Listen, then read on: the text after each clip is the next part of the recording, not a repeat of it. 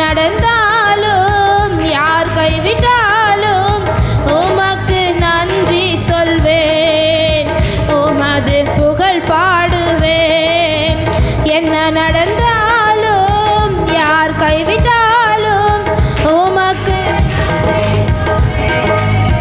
உமது புகழ் பாடுவேன்.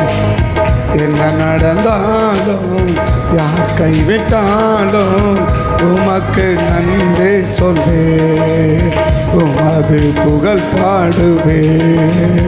என்ன நடந்தாலும் யார் கைவிட்டாலும் உமக்கு நன்றி சொல்வேன், உமது புகழ் பாடுவேன்.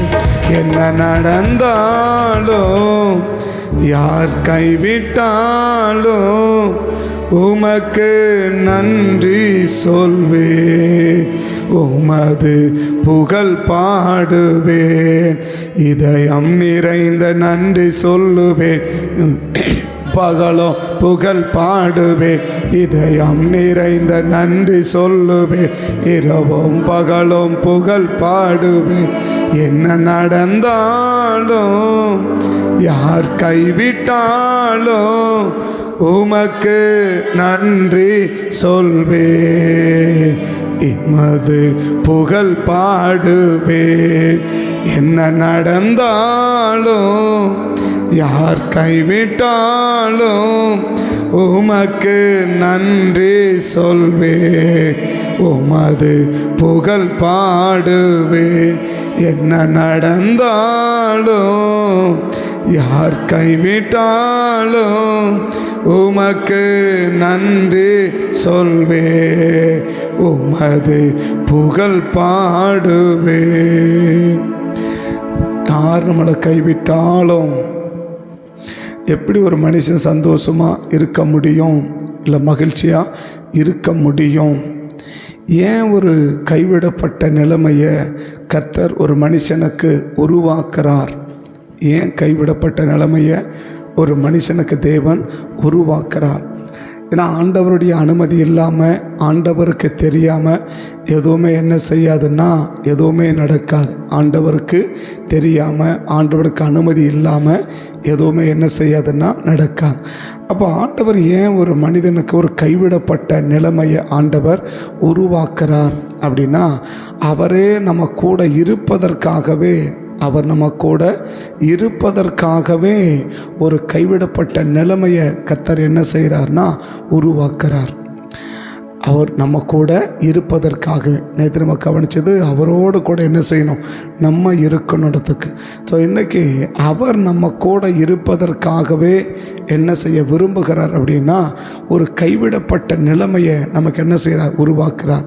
இன்னும் சொல்லப்போனால் நம்மை விட்டு எல்லாரையும் தேவன் என்ன செய்கிறார்னா தூரப்படுத்துகிறார். இன்னும் சொல்லப்போனால் நம்ம யாரை அதிகமாக நேசிக்கிறோமோ, யாரை அதிகமாக நம்ம நம்பி இருக்கிறோமோ, யாரை அதிகமாக நம்ம நம்பிக்கையாக கொண்டிருக்கிறோமோ அவர்களை விட்டு நம்மளை என்ன செய்கிறார் அப்படின்னா தூரப்படுத்துகிறார். அவரை விட்டு நம்மளை தூரப்படுத்துகிறார். எதுக்கு அப்படின்னா, ஆண்டவர் நம்மளோடு கூட இருக்க வேண்டும் என்பதற்காகவே ஆண்டவர் அப்படிப்பட்ட ஒரு நிலைமை என்ன செய்கிறார்னா உருவாக்குறார். இதை யோசேப்பின் வாழ்க்கையில் நம்ம என்ன செய்ய முடியும், பார்க்க முடியும். ஆதியாகமம் 37 யோசேப்புடைய மிகப்பெரிய நம்பிக்கை யாருன்னா அவருடைய தகப்பன்.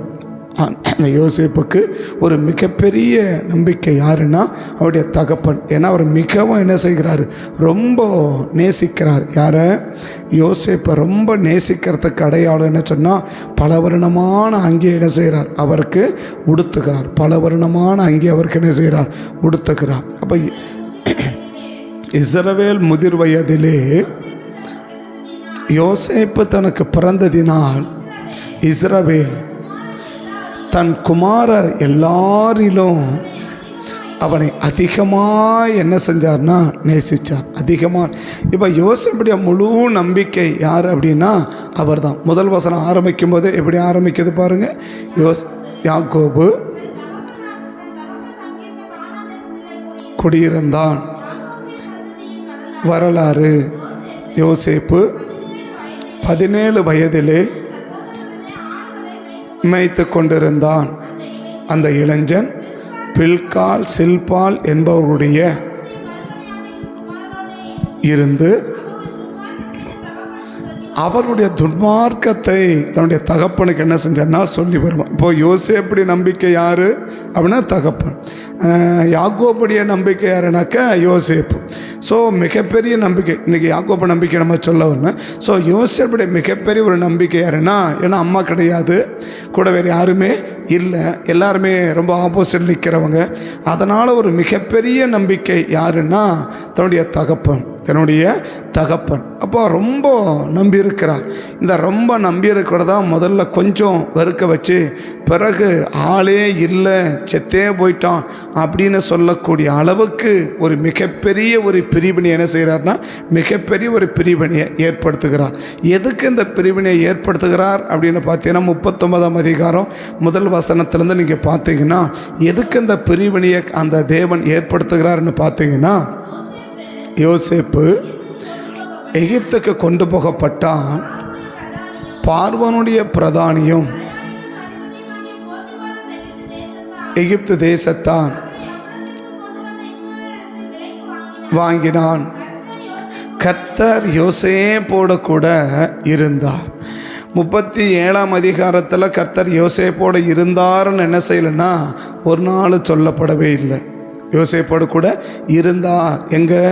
அவங்க அண்ணன் தம்பியோடு இருக்கும்போது, அவன் நல்லவனோ கெட்டவனோ, பட் அவங்களோட கூட இருக்கும்போது கர்த்தர் யோசேப்போடு இருந்தார்னு சொல்லலை.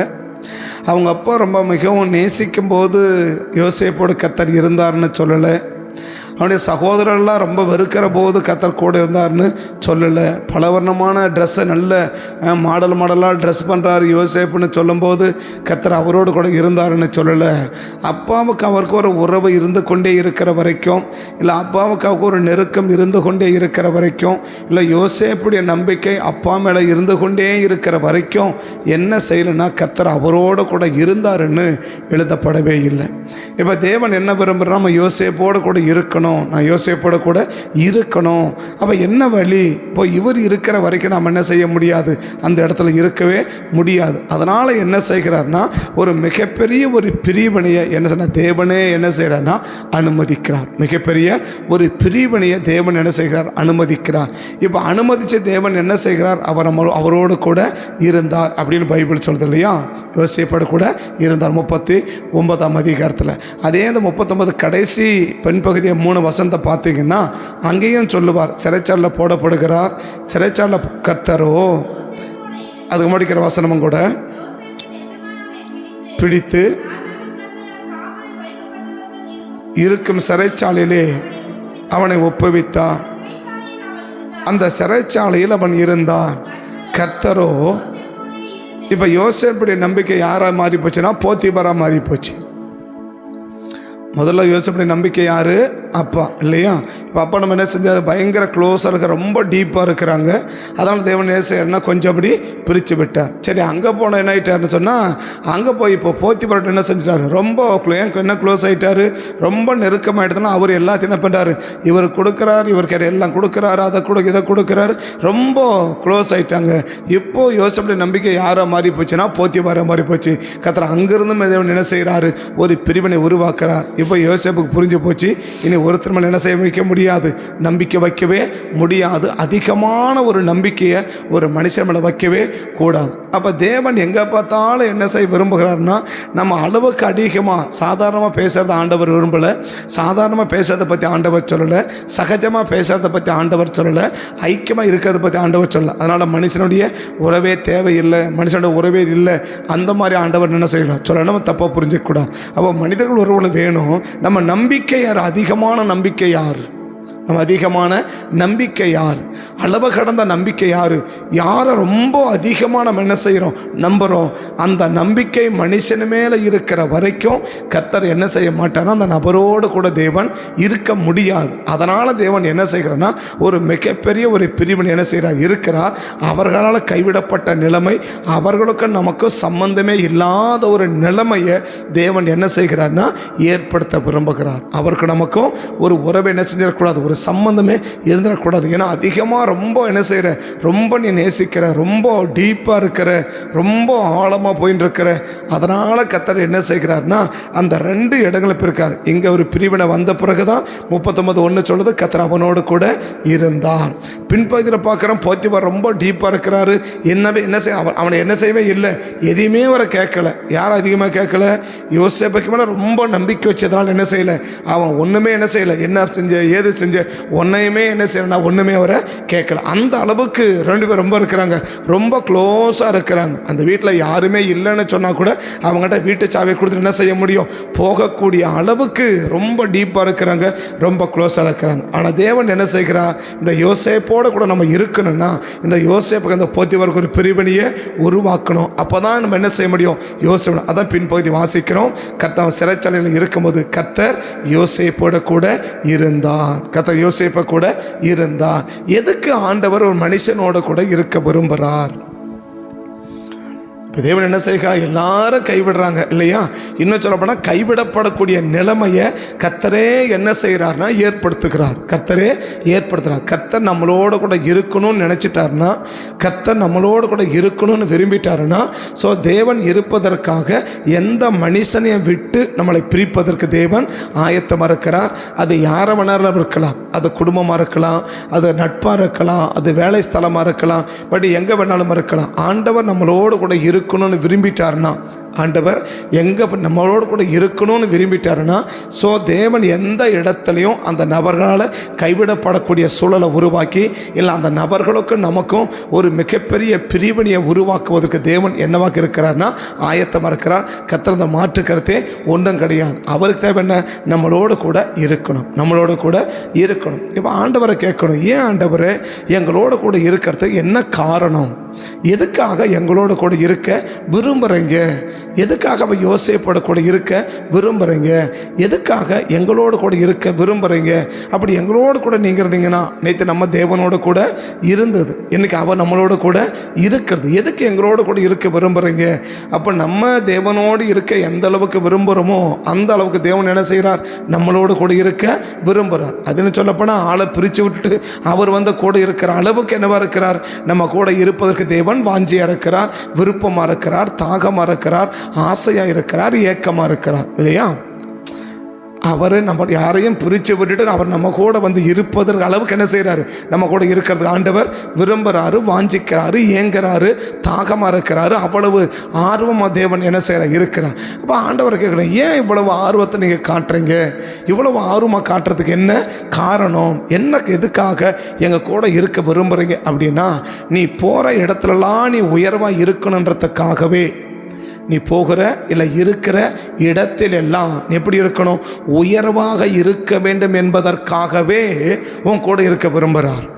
ஏதோ கர்த்தர் கூட இருக்கிறது ஏதோ சும்மா ஏதோ ஒரு மனுஷனோட கூட துணைக்கும், ஒரு பேச்சு துணைக்கு, ஒரு விளையாட்டுக்கு, அந்த மாதிரி இல்லாமல் எதுக்காக தேவன் நம்ம கூடவே இருக்க விரும்புகிறார் அப்படின்னாக்க, உன்னை போகிற இடத்துல இல்லை நீ இருக்கிற இடத்துல எல்லாம் எப்படி இருக்கணும், உயர்வாகவே நீ இருக்கணும். ஒரு சாதாரண நிலைமையில் நீ என்ன செஞ்சிடக்கூடாது, இருந்துடக்கூடாது. ஒரு சராசரியான நிலைமையில் நீ என்ன செஞ்சிடக்கூடாது, இருந்துடக்கூடாது. நீ ஒரு சராசரி நிலைமையில் இருந்துடக்கூடாது, ஒரு சாதாரண நிலையில் நீ இருந்துடக்கூடாது என்பதற்காகவே தேவன் என்ன செய்ய விரும்புகிறார்னா, ஒரு மனுஷனோட கூட கர்த்தர் இருக்க விரும்புகிறார். ஒரு மனுஷனோட கூட தேவன் இருக்க விரும்புகிறார். எதுக்காக, நம்ம இருக்கிற இடத்துல இல்லை நம்ம போகிற இடத்துல எப்படி இருக்கணும், உயர்ந்த இடத்துலையே நம்ம இருக்கணும். எப்படி சாதாரண நிலையில் என்ன செய்யக்கூடாது, ஒரு சாதாரண நிலையில் நம்ம இருந்துடக்கூடாது, ஒரு உயர்ந்த நிலைமையில் நம்ம என்ன செஞ்சிடணும், நம்ம இருக்கணும். அப்போ கர்த்தர் கூட இருக்கிறது எதுக்கு, நம்மளை உயர்ந்த நிலையில் வைப்பதற்காக தான்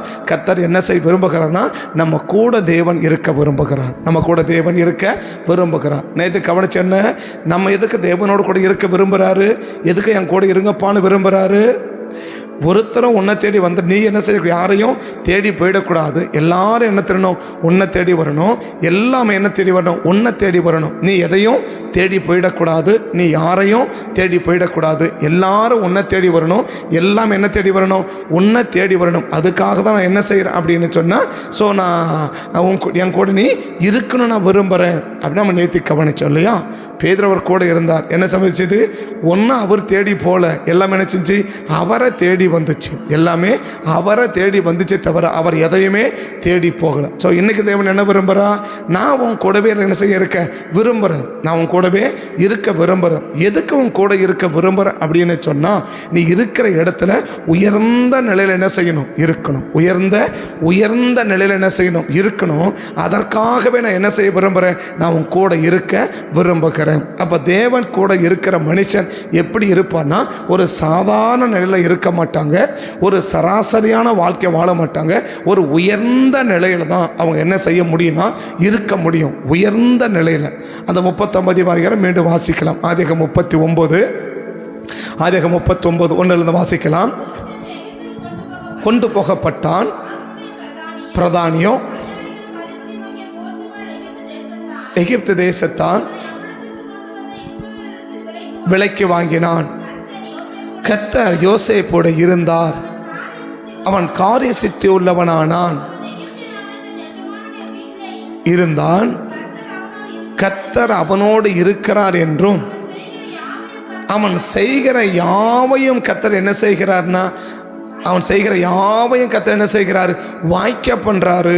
அவன் செய்கிறது எல்லாம் என்னவா முடியுது? ஒரு பெரிய ஆசீர்வாதமாக முடிகிறது என்று அவன் எஜமான் கண்டு யோசேப்பினிடத்தில் தயவு வைத்து தனக்கு ஊழியக்காரனும் தன் வீட்டுக்கு என்னவா இருக்கணும்? ஒரு சாதாரண அடிமை என்ன செஞ்சிடக்கூடாது? நீ இருந்துடக்கூடாது. நீ இருக்கிற இடத்துல ஒரு சராசரியான மற்ற அடிமைகளைப் போல மற்றவங்களை என்ன செஞ்ச காசு கொடுத்து இந்த போத்திபார் வாங்கியிருக்கிறான், உன்னையும் காசு கொடுத்து வாங்கியிருக்கிறான். மற்ற அடிமைகளைப் போல நீ அடிமையாக போனால் கூட மற்ற அடிமைகளைப் போல என்ன செஞ்சிடக்கூடாது? நீ இருந்துடக்கூடாது.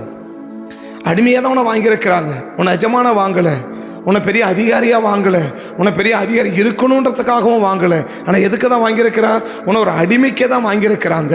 உன்னை அடிமையாக தான் வைக்கணும் என்பது அந்த போத்திபாருடைய விருப்பம். ஆனால் தேவன் பார்க்குறார், என் பிள்ளைய எப்படி இருக்கக்கூடாது அப்படின்னா, அவன் அடிமையாக இருக்கக்கூடாது. அவன் என்னவா இருக்கணும்?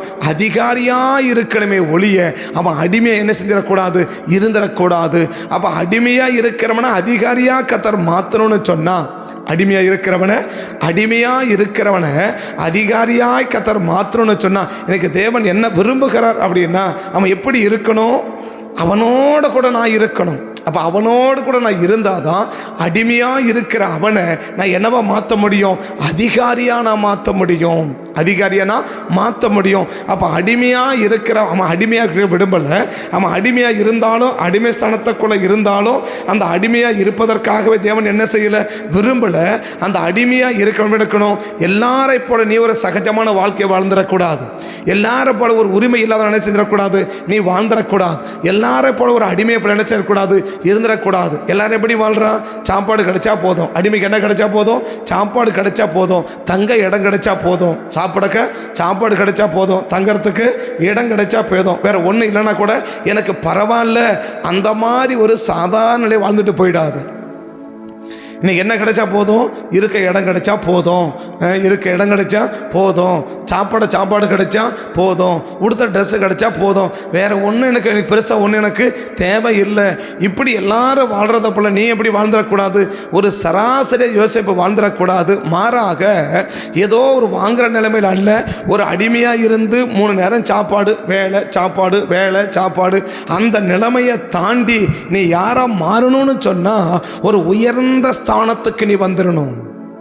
ஒரு உயர்ந்த நிலைக்கு நீ வந்துடணும். ஒரு உயர்ந்த இடத்துல தான் என்ன செய்யணும்? உன்னை நான் வைக்க விரும்ப. எதுக்கு நான் உங்க கூட இருக்க விரும்புகிறேன்? அப்போ மற்றவங்களோட கூட நான் இருக்க இல்லை. ஸோ மற்றவங்களோட கூட இல்லை, நீயும் கூட இல்லைன்னு சொன்னால் நீ எப்படி தான் இருக்கணும்னா, ஒரு சராசரி அடிமையை போல தான் இருக்கணும். சராசரி அடிமையை போல தான் இருக்கணும். ஒரு சராசரி அடிமையை போல தான் நீ வாழணும். சராசரி அடிமையை போல தான் ஜீவிக்கணும். ஒரு அடிமைக்கு என்ன கிடைக்குமோ அதுதான் உனக்கும் கிடைக்கும். ஒரு அடிமைக்கு என்ன கிடைக்குமோ அதுதான் உனக்கும் கிடைக்கும். அவனுக்கு காலையில் சாப்பாடு கிடைச்சா உனக்கு ஒரு சாப்பாடு கிடைக்கும். அவனுக்கு ஒரு ட்ரெஸ்ஸு கிடைச்சா உனக்கு ஒரு ட்ரெஸ்ஸு கிடைக்கும். பட் அவனுக்கு என்ன கிடைக்குமோ அதுதான் உனக்கு கொடுக்க முடியும். ஆனால் அந்த நிலைமையில் வைக்கிறது எனக்கு என்ன கிடையாது, எனக்கு விருப்பம் இல்லை. நீ எப்படி இருக்கணும்னு சொன்னால், இருக்கிற இடத்துல ஒரு உயர்ந்த நிலையில் நீ இருக்கணும். இருக்கிற இடத்துல ஒரு உயர்ந்த ஸ்தானத்தில் நீ இருக்கணும். இருக்கிற இடத்துல ஒரு சராசரியான வாழ்க்கையை வாழ்ந்துட்டு போயிடக்கூடாது. ஒரு சராசரி நபரணி வாழ்ந்துட்டு போயிடக்கூடாது. ஒரு சராசரி நபரணி காணப்பட்டு போயிடக்கூடாது. நீ எந்த இடத்துல இருந்தாலும் சரி, நீ ஒரு அடிமையான இடத்துக்கு போயிருந்தாலும் சரி, ஒரு அடிமையான சூழ்நிலை இருந்தாலும் சரி, நீ அடிமையாக தான் வாழ முடியும். அந்த நிலைக்கு போயிருந்தா கூட சரி, அந்த இடத்துல இருக்கிற உன்னையும் எப்படி வைக்க முடியும்னா, ஒரு அடிமைத்தனத்துக்குள்ள வைக்காம ஒரு உடையந்த ஸ்தானத்தில் என்ன செய்யணும்? நான் வைக்கணும். அவன் வீட்டுக்கு எல்லாவற்றுக்கும் அவன் என்னவா மாற்றினார்? அந்த ஒரு வசனத்தை வாசிக்கலாம், அந்த ஒரு வசனத்தை வாசிக்கலாம், 4 வசனத்தை 5 வசனத்தை வாசிக்கலாம். யோசேப்பின் மேல் தயவு வைத்து அவனை தனக்கு ஊழியக்காரனும் தன் வீட்டுக்கு விசாரணைக்காரனுமாக்கி தனக்கு உண்டான யாவற்றையும் தன் கையில் ஒப்புவித்தான். அவன் தன் வீட்டுக்கும் தனக்கு உண்டான எல்லாவற்றுக்கும் விசாரணைக்காரன் ஆக்கினது முதற்கொண்டு கர்த்தர் யோசேப்பின் நிமித்தம் ஆசீர்வதித்தார். வெளியிலும் அவனுக்கு உண்டானவைகள் எல்லாவற்றிலும் கர்த்தருடைய ஆசீர்வாதம் இருந்தது. ஆகையால் தனக்கு உண்டானதை எல்லாம் யோசேப்பின் கையிலே ஒப்பு கொடுத்து தான் புசிக்கிற போஜனம் தவிர வேற ஒன்றையும் என்ன செய்யாம இருந்தான்னாக்க விசாரியாத இருந்தான். நீ அடிமையா அழைக்கப்பட்டிருந்தாலும் எப்படி இருக்க விரும்பலன்னா, ஒரு அடிமையாகவே வாழ விரும்பல, ஒரு அடிமையாகவே இருக்க விரும்பல. நீ எப்படி இருக்கணும்? ஒரு உயர்ந்த நிலைக்கு இருக்கணும். உன்னை ஒரு உயர்ந்த நிலைக்கு நான் கொண்டு வரணும். உன்னை உயர்ந்த ஸ்தானத்தில் வைக்கணும், ஒரு உயர்ந்த இடத்துல வைக்கணும். அந்த உயர்ந்த இடத்துல வைப்பதற்காகத்தான் நான் உன்னை என்ன செய்ய விரும்புகிறேன் அப்படின்னு சொன்னால், நான் உன் கூட இருக்க நான் விரும்புகிறேன். அதனால தான் நான் உன் கூட இருக்க விரும்புகிறேன். அதனால தான் உன்னோட கூட இருக்க நான் விரும்புகிறேன். அப்போ தேவன் ஏதோ கூட இருக்கிறது ஏதோ சும்மா ஒரு விளையாட்டுக்கு ஒரு பொம்மை வாங்கி கொடுக்கறத போல ஏதோ ஒரு சப்போர்ட்டுக்காக மாத்திரம் அல்ல. கர்த்தர் எல்லாரும் கூட கைவிட்டு நான் கூட இருக்கணும், நான் உன் கூட இருக்கணும். ஏன்னாக்க ஒரு மனுஷன் கூட இருக்கும்போது என்னால் என்ன செய்ய முடியாது? அந்த உயர்வை கொண்டு வர முடியாது, அந்த மேன்மையான உயர்வை கொண்டு வர முடியாது, அந்த உயர்ந்த உயர்வை கொண்டு வர முடியாது, அந்த உயர்ந்த ஸ்தானத்தை கொண்டு வர முடியாது. மாறாக நான் கூட இருந்தாதான் உன்னை எப்படி வைக்க முடியும்? ஒரு உயர்ந்த நிலையில் உன்னை வைக்க முடியும். நீ இருக்கிற இடத்துல இப்போ எங்கே இருக்கிறார்? போத்திபாருடைய வீட்டில் இருக்கிறார். போத்திபார் எப்படி இருக்கிறாரு? அந்த உயர்ந்த நிலை இருக்கிறார். போன ஆரம்பம் சில நாட்கள் மாத்திரம்தான் ஒரு அடிமையான நிலைமையில் இருந்தார். இவளைய அந்த நாட்களுக்கு பிறகு நிலைமை என்ன ஆயிட்டு இருக்கு? மாறி மாறி இன்னைக்கு வீட்டு முழுவதுக்கும் என்ன ஏதுன்னு கூட கேட்காத அளவுக்கு ஒரு உயர்ந்த ஸ்தானத்தில் யாரை கொண்டு வச்சுட்டார்னா யோசேப்பு வச்சுட்டான். அதே 39ஆம் அதிகாரம் பின்னாடி 4 வசனம் நீங்கள் படிச்சீங்கன்னா, பின்னாடி 4 வசனம் அந்த சிறைச்சாலையில் அவனை உத்தரவு பெற்றுக்கொண்டு சிறைச்சாலையில் அடைக்கிறான். பிடித்து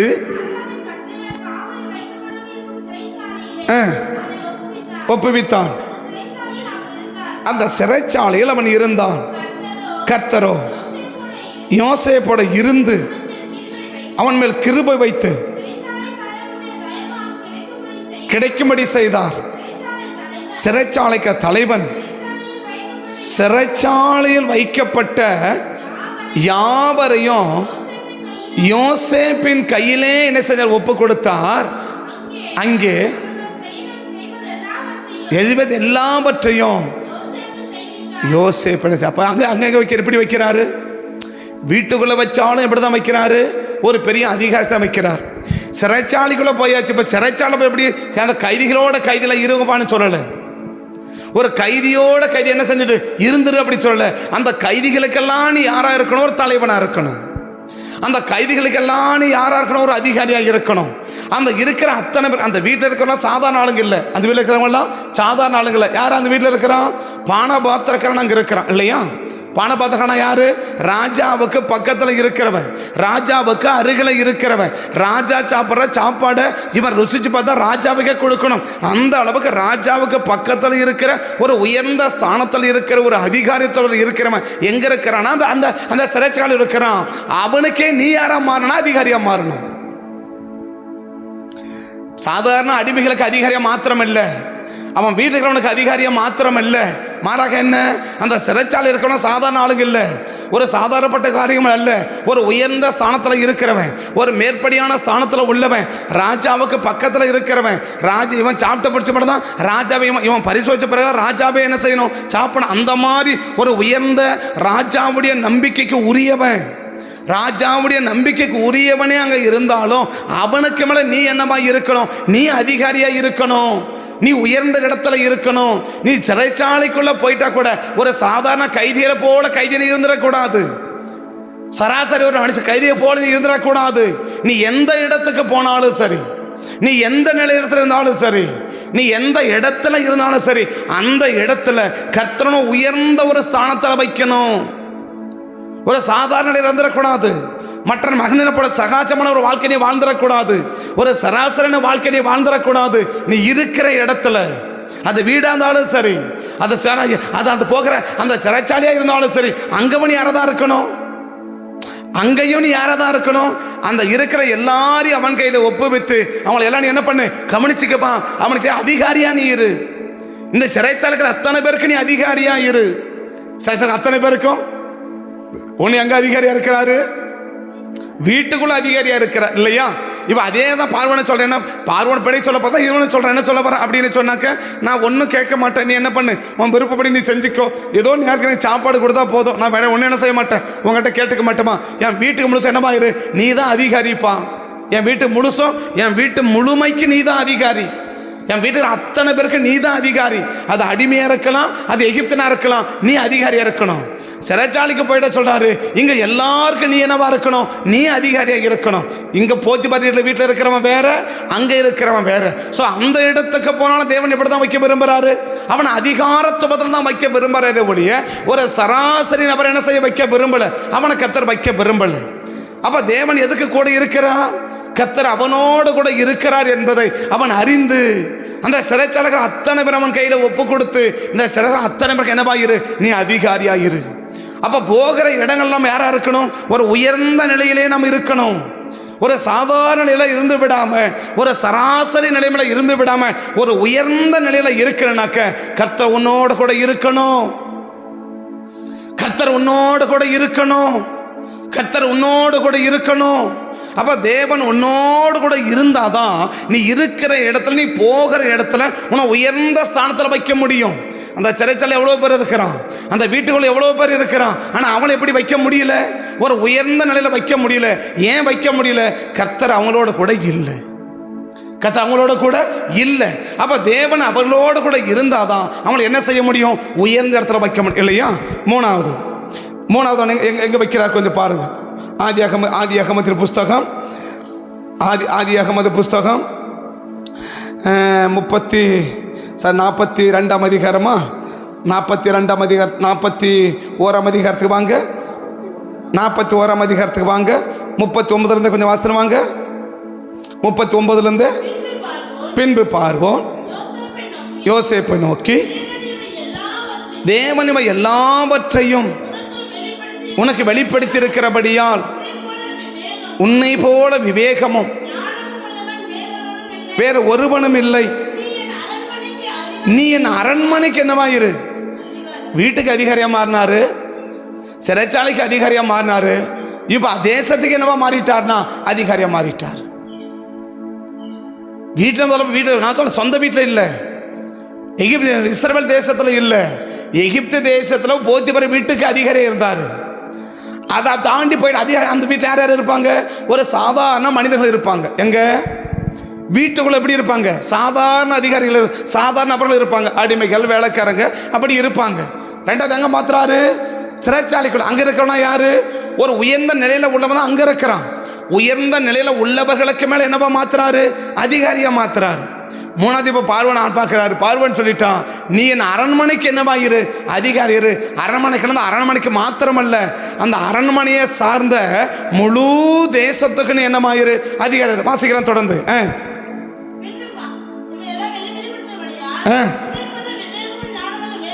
இல்லை, நீ என் அரண்மனைக்கு அதிகாரியா இருப்பாயாக, உன் வாக்கின்படியே என் ஜனங்கள்.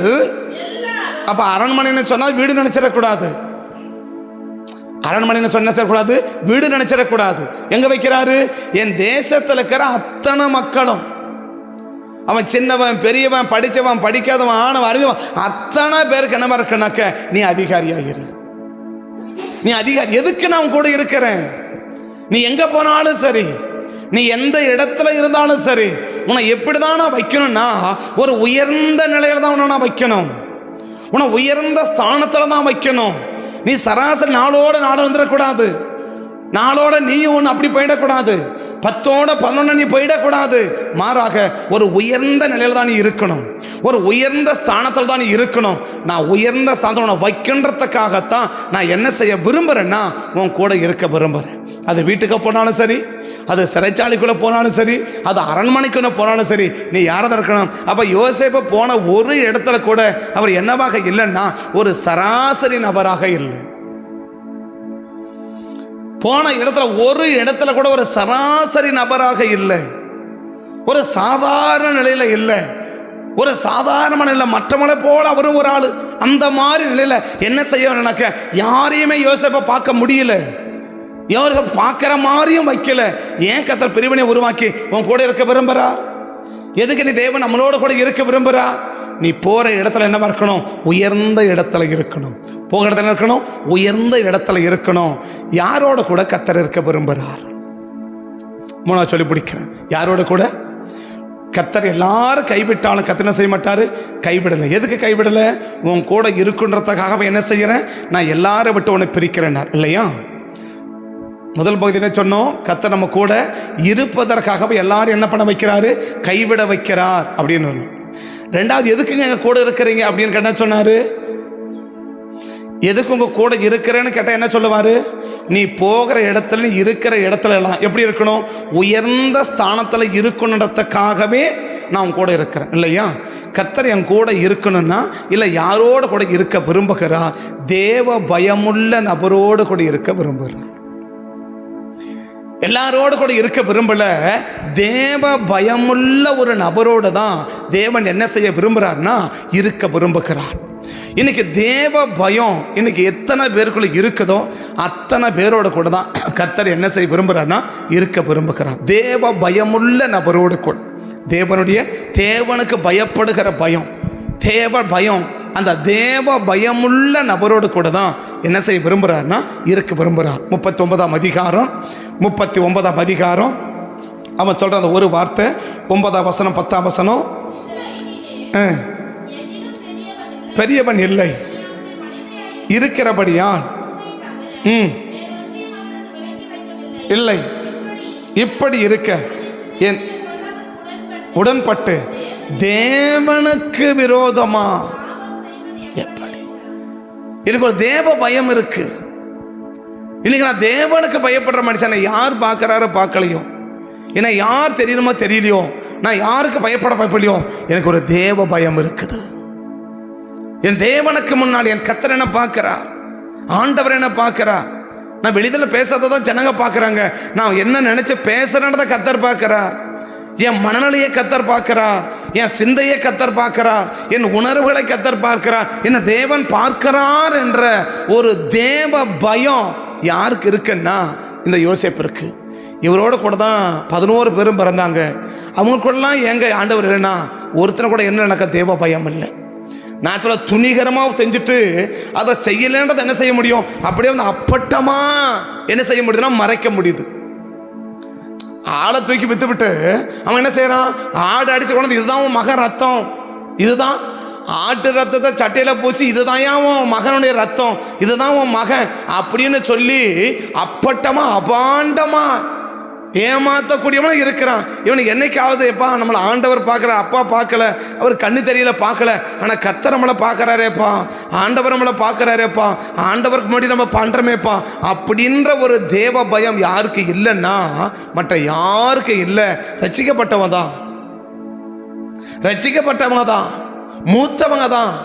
மூத்தவங்கள இருக்கிறதுனாலையோ ரட்சிக்கப்பட்டதுனாலையோ அந்த மனுஷனோட கர்த்தர் இருக்க விரும்பல. இன்னைக்கு கர்த்தர் யாரோடு இருக்க விரும்புறாருன்னா தேவ பயம் இன்னைக்கு நமக்கு இருக்கணும்.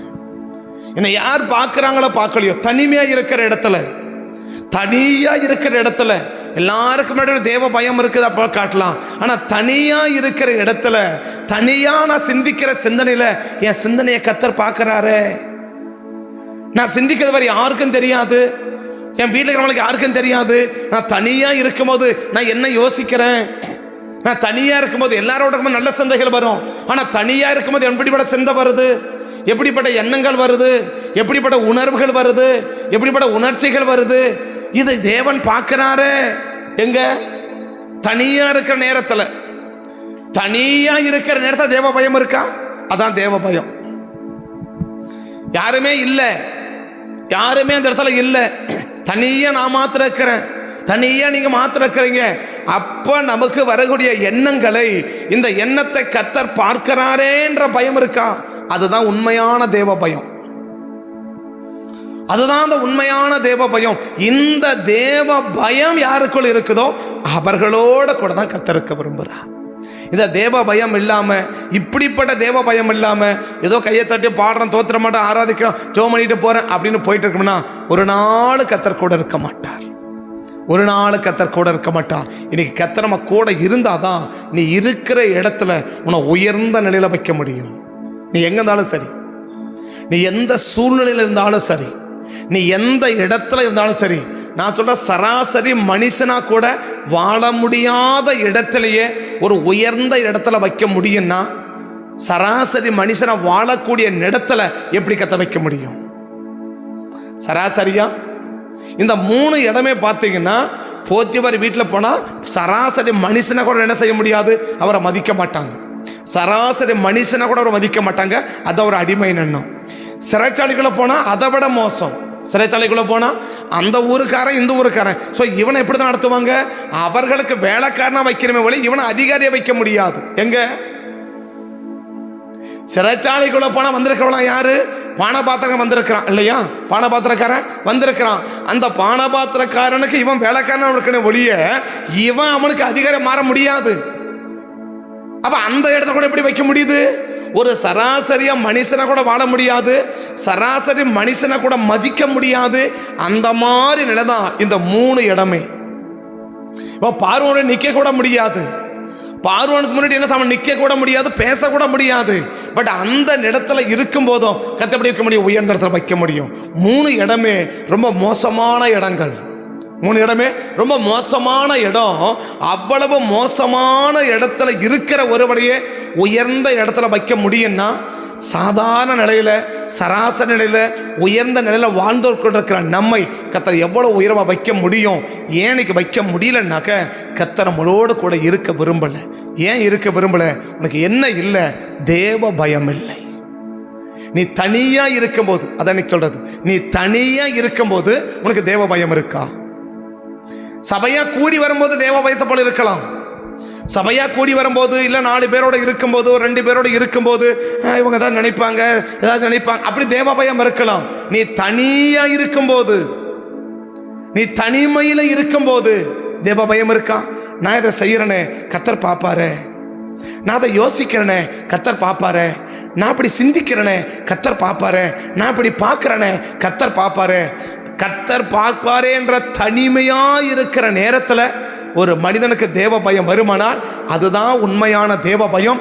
அந்த தேவ பயம் எனக்கு யாருக்குள்ள இருக்குதோ அவர்களோட கூட தான் தேவன் இருக்க விரும்புகிறார். கண்ணில் முடி ஜோமனமா, கண்ணில் முடி ஜோமனமா. என்ன நடந்தாலும், யார் கைவிட்டாலும் உமக்கு நன்றி சொல்வே, உமது புகழ் பாடுவே. என்ன நடந்தாலும், யார் கைவிட்டாலும் உமக்கு நன்றி சொல்வே,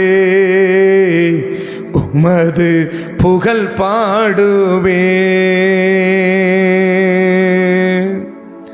யார் கைவிட்டாலும் கர்த்தர் கைவிட மாட்டார். என்ன சொல்ல போனா, கைவிடப்பட்ட நிலைமையை ஏற்படுத்துறதே அவர் கூட இருக்க வேண்டும் என்பதற்காகவே. ஏதோ கைவிட்டதனால வந்த அனுதாபத்து கூட இல்லை.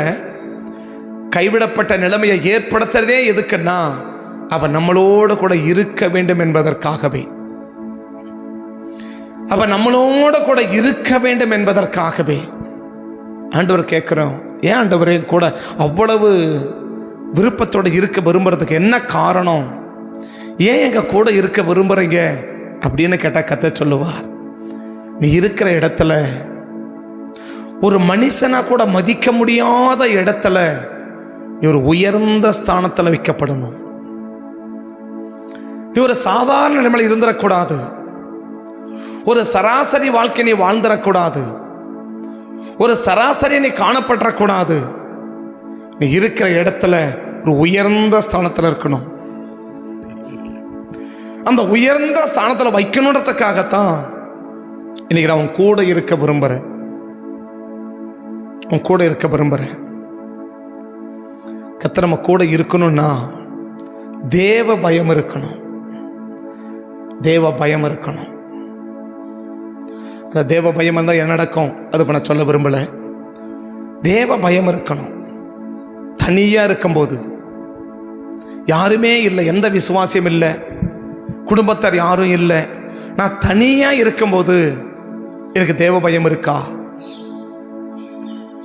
ஒருவேளை எல்லாரோடு இருக்கும்போது அந்த தேவ பயம் இருக்கிறதை போல காணலாம். குடும்பத்தாரோ விசுவாச பிள்ளைகளோ ஊழியர்களோ கூட இருக்கும்போது ஒரு தேவ பயம் இருக்கிறதை போல ஒரு ஃபீல் பண்ணலாம். பட் யாருமே இல்லை, நான் தனியாக இருக்கிற நேரத்தில் எனக்கு வருகிற எண்ணங்கள், எனக்கு வருகிற சிந்தனைகள், எனக்கு வருகிற உணர்வுகள், எனக்கு வருகிற உணர்ச்சிகள் தேவ பயம் இருக்கா? நான் அப்படி யோசிக்கிறேனே, கர்த்தர் அதை பார்ப்பாரு. என் நினைவுகள் எல்லாம் தேவன் வகையறுப்பாரு. நான் நினைக்கிறதெல்லாம் தேவன் காசு நிறுத்துவாரு. கர்த்தர் என்ன பார்ப்பாரேன்ற ஒரு தேவ பயம் இன்னைக்கு உங்களுக்கு எனக்கும் இருக்குமானால் நிச்சயமா கர்த்தர் நம்மளோடு கூட இருப்பார். நிச்சயமா கர்த்தர் நம்மளோடு கூட இருப்பார். அந்த தேவ பயம் இல்லை. ஏதோ சபையா கூடி ஆராய்க்கும் போது கையை தட்டி பரவசப்படுறோம். பட் நான் தனிமையாக இருக்கும்போது கர்த்தரனை பார்க்கிறார் என்ற நான் சிந்திக்கிற சிந்தனைகளை குறித்தும் பார்க்கிற பார்வைகளை குறித்தும் கர்த்தரனை பார்க்கிறார் என்ற தேவ பயம் ஒரு மனுஷனுக்கு வரலன்னா அது உண்மையான தேவ பயமாக இருக்க முடியாது. அந்த உண்மையான தேவ பயம் ஒரு மனுஷனுக்குள்ள இல்லைன்னா அந்த நபரோடு கூட கர்த்தர் இருக்க முடியாது. கர்த்தர் இருக்க முடியாது. கர்த்தர் இருக்க முடியாது. நம்ம கூட இருக்குன்னா இந்த தேவ பயம் தனியாக இருக்கும்போது, தனியாக இருக்கும்போது நீ இருக்கிற இடத்துல உயர்ந்த நிலையில் இருக்கணும்.